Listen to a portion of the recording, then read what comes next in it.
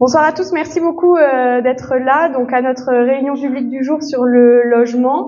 Donc vous êtes ici à une réunion publique Clamart à gauche, qui est donc une liste de gauche pour les municipales à Clamart l'année prochaine, qui est la liste soutenue par la France Insoumise sur la ville et que j'aurai l'honneur de représenter. Voilà, donc moi je m'appelle Ève Obis et donc je serai candidate à la mairie l'année prochaine.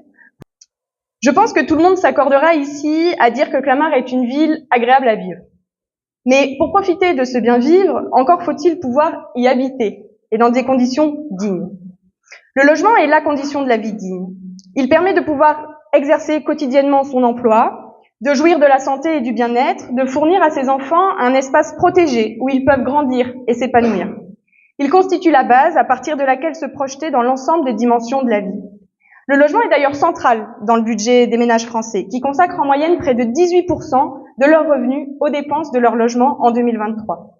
Ce chiffre masque toutefois d'importantes disparités, puisque les ménages qui se situent sous le seuil de pauvreté paient le lourd tribut d'un taux d'effort de 38% en 2023. Rappelons qu'à Clamart, en 2021, c'est la date des derniers chiffres de l'INSEE, il y avait 11% de ménages pauvres à Clamart. D'ailleurs, d'après l'enquête nationale logement de 2013, la dernière en date qui est portée là-dessus, le taux d'effort net s'élevait même à 56% chez les 10% les plus pauvres.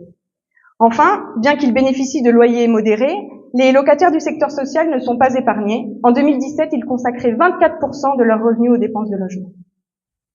Clamart compte environ 57 000 habitants. On y trouve 73% d'appartements et 25% de maisons. 91% des logements y sont des résidences principales. 6% des logements sont vacants. Du côté des prix, Clamart est une ville chère.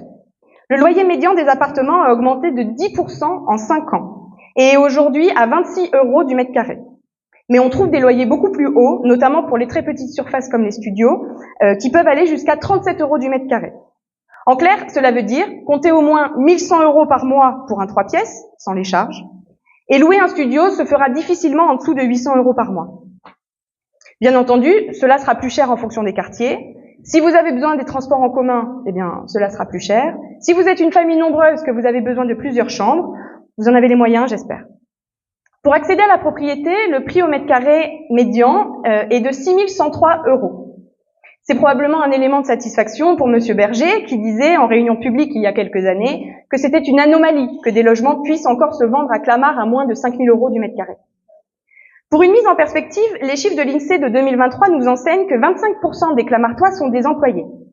Toujours selon l'INSEE, en moyenne, les Clamartois employés gagnent 1 955 € de salaire net mensuel. Pas besoin de faire un doctorat en maths pour comprendre qu'il est bien rude de se loger dans ces conditions et que cela le sera d'autant plus si vous êtes un parent isolé, ou si vous avez besoin d'un logement adapté à un handicap, par exemple. D'ailleurs, Clamart n'est pas une ville épargnée par le sans-abrisme. Aucun recensement officiel n'existe sur la ville, mais on sait que le problème est là. Déjà, on peut voir des personnes sans abri dans Clamart. Et puis, on a tous en tête l'histoire d'un tel ou d'un tel qui dort dans sa voiture ou bien dans un hall d'immeuble, qui dort parfois même dans le bois.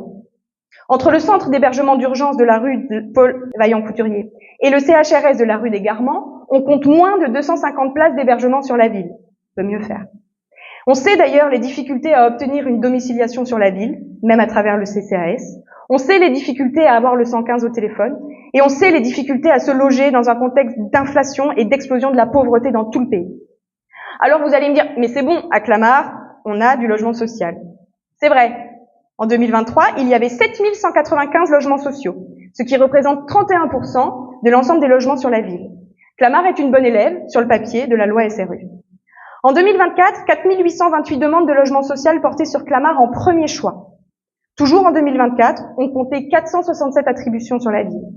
Ainsi, on compte plus de 10 demandes pour une attribution. Et le délai médian d'attribution est de 29,2 mois, c'est-à-dire 2 ans et demi. Si ces chiffres sont cohérents avec ceux des communes alentours, un se démarque, celui des logements sociaux vacants. Ils sont plus de 3% à Clamart. Pourtant, ils sont seulement 0,8% au Plessis-Robinson, 0,3% à Fontenay-aux-Roses, 0,6% à Châtillon ou encore 0,4% à Malakoff. Pourquoi un tel taux à Clamart? Parce que des logements seraient dans un tel mauvais état qu'ils ne pourraient pas être loués? Clamart, bon élève de la loi SRU sur le papier, nous disions. Dans les faits, l'état d'esprit est bien différent. Parlons d'une des œuvres du double mandat de la droite dure ici à Clamart. La destruction de la cité des 3F à la lisière du bois, entre la route du pavé blanc et la rue de la Porte-Trivaux. Ce n'est pas anecdotique, il faut s'y arrêter quelques minutes. Dans le Clamart Info d'octobre 2023, on pouvait lire « L'insécurité, le manque de mixité, de verdure, d'espace public et de stationnement ont conduit à repenser l'ensemble du paysage du quartier du pavé blanc. » Rien que ça. L'article précise, non sans contradiction, tout de suite après, car ce dernier ne manque pas d'atouts. Bien desservi par les transports en commun et la 86, il est à proximité immédiate de la forêt de Clamart. Bizarre de manquer de verdure à proximité immédiate de la forêt, non? L'article parle ensuite de reconstruction du quartier, sans jamais préciser qu'il a fallu détruire avant de reconstruire. Détruire, alors que des travaux de rénovation de ces logements avaient été achevés en 2014 et avaient coûté plus de 30 millions d'euros. Détruire, alors que le quartier était dorénavant bien connecté aux transports en commun avec l'arrivée du T6, qui permet, depuis 2014, de rejoindre la ligne 13 du métro en direct et en une vingtaine de minutes. Au fond, on sait bien ce que les 3F étaient devenus. Trop bien pour les pauvres. Les transports en commun, la rénovation, la forêt. Il fallait gentrifier, et vite. Alors on détruit et on reconstruit. On passe de 100% à seulement un tiers de logement social. Et le prix des loyers n'est plus du tout le même. Pour un 3 pièces, comptez plus de 1 200 € par mois. Il est loin le temps des appartements familiaux, 5 pièces, avec balcon, pour moins de 800 € par mois. Et pour les 65% de logements en accession à la propriété de ce nouvel ensemble, eh bien, comptez plus de 5 000 € du mètre carré, c'est-à-dire 450 000 € pour un 4 pièces. Rien que ça. Et pendant ce temps-là, on voit fleurir des offres pour du logement intermédiaire, par exemple à Grand Canal, quartier flambant neuf en face de l'arrêt de tram pavé blanc. Le studio est affiché à 756 € par mois, le T3 à 1 382 €. Voilà. De toute façon, tout ça, c'est de l'histoire ancienne. Des 3F, il n'en reste rien. N'empêche, ça dit beaucoup de ce qui se passe sur cette ville depuis 11 ans, au-delà de la seule question du logement.